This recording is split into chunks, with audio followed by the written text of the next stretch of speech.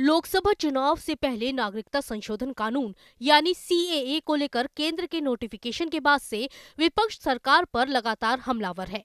एक तरफ विपक्ष सरकार पर सीएए वापस लेने के लिए दबाव बना रहा है, तो वहीं दूसरी तरफ सरकार ने दो टूक शब्दों में कह दिया है कि कोई कुछ भी कर ले, ये कानून वापस नहीं होने वाला।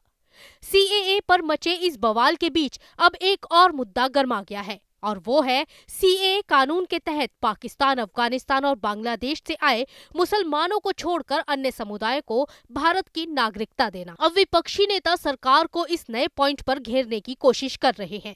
सीएए में पाकिस्तान, अफगानिस्तान और बांग्लादेश के मुसलमानों को शामिल न करने और विपक्षी पार्टियों को मात देने के लिए गृह मंत्री अमित शाह ने एएनआई को दिए एक इंटरव्यू में इसके पीछे की वजह बताई। केंद्रीय गृह मंत्री अमित शाह ने न्यूज एजेंसी एएनआई को दिए इंटरव्यू में मुसलमानों को इस कानून से बाहर रखने की बड़ी वजह बताई है। पूरी दुनिया में सारा ब्लॉक मुस्लिम ब्लॉक माना जाता है। आप मेरी बात समझ कर चलिए। और सिया, अहमदिया वो तो छोड़िए, मुसलमान को भी अधिकार है यहाँ एप्लीकेशन करने का। हमारे संविधान ने रास्ता खोला है, वो एप्लीकेशन कर रेफ्यूजी के तौर पर ना रेफ्यूजी के तौर पर नहीं, नागरिकता लेने के लिए अप्लाई कर सकते हैं। भारत सरकार इनकी भारत की सुरक्षा और भारत की बाकी सारी चीजों को देखते हुए उसका निर्णय करेगी। गृह मंत्री ने इन तीनों देशों के मुसलमानों को सीएए में शामिल न करने के पीछे एक और वजह विभाजन बताई। उन्होंने कहा कि इस देश का इतिहास है। 15 अगस्त 1947 को देश का विभाजन हो गया। हमारा भारत 3 हिस्सों में बंट गया। हमारी विचारधारा विभाजन के खिलाफ थी। धर्म के आधार पर देश का विभाजन ही नहीं होना चाहिए था, लेकिन फिर भी देश बंट गया। इसके साथ ही अमित शाह ने सीएए पर ममता बनर्जी के रुख पर भी दो टूक जवाब दिया कि मैं ममता जी को करबद्ध निवेदन आपके इस कार्यक्रम के माध्यम से करना चाहता हूं। पॉलिटिक्स करने के हजारों मंच है। प्लीज बांग्लादेश से आए हुए बंगाली हिंदुओं का हित मत करिए। आप खुद बंगाली हैं। बांग्लादेश से जो बंगाली हिंदू आए हैं, इनको नागरिकता देने के लिए एक कानून है। ममता जी को मैं खुली चुनौती देता हूं, इस कानून की धारा में से किसी की नागरिकता छीनने की एक धारा वो बता दे सार्वजनिक रूप से। वो खौफ पैदा कर रही है, हिंदू और मुसलमानों के बीच में विवाद कराना चाहती है, अपनी वोट बैंक का कंसोलिडेशन करना चाहती है। ममता जी, इसको मत रोकिए। करने जैसा काम है, घुसपैठ रोकिए।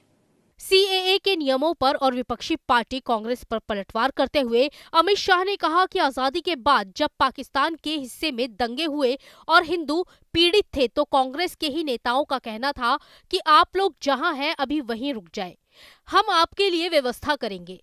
70 सालों में कांग्रेस पार्टी ने वो वादा भुला दिया, लेकिन अब प्रधानमंत्री नरेंद्र मोदी इसे निभा रहे हैं। इस विषय पर राहुल जी से एक बार चर्चा कर डिटेल पूछ लो जरा। वो चर्चा नहीं कर रहे ना, वो मीडिया को वहां पर कह रहे हैं कि मीडिया जो है वो चर्चा नहीं करना चाहती क्योंकि वो हमारे हाथ बंधे हुए हैं, हमारा मुंह बंद है। नहीं, मगर इस कमरे में बैठकर आपको इंटरव्यू करे सीएए पर और समझाए। जो वो बोल रहे हैं वो इतना समझा दे जनता को। राजनीति के अंदर आपके निर्णय को जस्टिफाई करने की जिम्मेदारी आपकी होती है।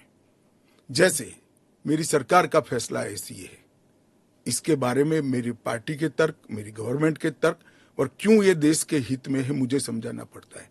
जरा राहुल गांधी जी आपके इसी कमरे में आकर देश को समझा दे कि क्यों विरोध में है। अपने धमाकेदार इंटरव्यू में इंडिया अलायंस के दावे पर बोलते हुए अमित शाह ने कहा कि विपक्षी दल भी जानते हैं कि वो सत्ता में आने वाले नहीं हैं, इसलिए सीएए कानून को रद्द करना संभव नहीं है। उनको भी मालूम है कि इंडिया अलायंस सत्ता में नहीं आना है।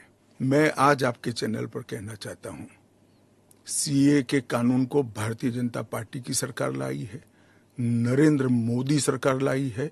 इसको रिपील करना असंभव है। हम पूरे देश को जागरूक करेंगे और रिपील करने वालों को कहीं पर स्थान ही न मिले, इस स्थिति होगी। और जहां तक असंवैधानिक होने का सवाल है, वो आर्टिकल अनुच्छेद 14 का हवाला देते हैं। वो भूल जाते हैं कि अनुच्छेद 14 में 2 अपवाद रखे हुए हैं। एक रीजनेबल क्लासिफिकेशन का अपवाद है और दूसरा कानून के उद्देश्यों के साथ लॉजिकल संबंध होना चाहिए। तो वो आर्टिकल 14 का वायोलेशन नहीं करता है।